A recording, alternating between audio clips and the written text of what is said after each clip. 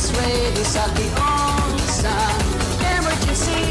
Government official, staffs and employees na yaraman sa inyong permit. Tungod, minasa mga teachers nga manami magturo.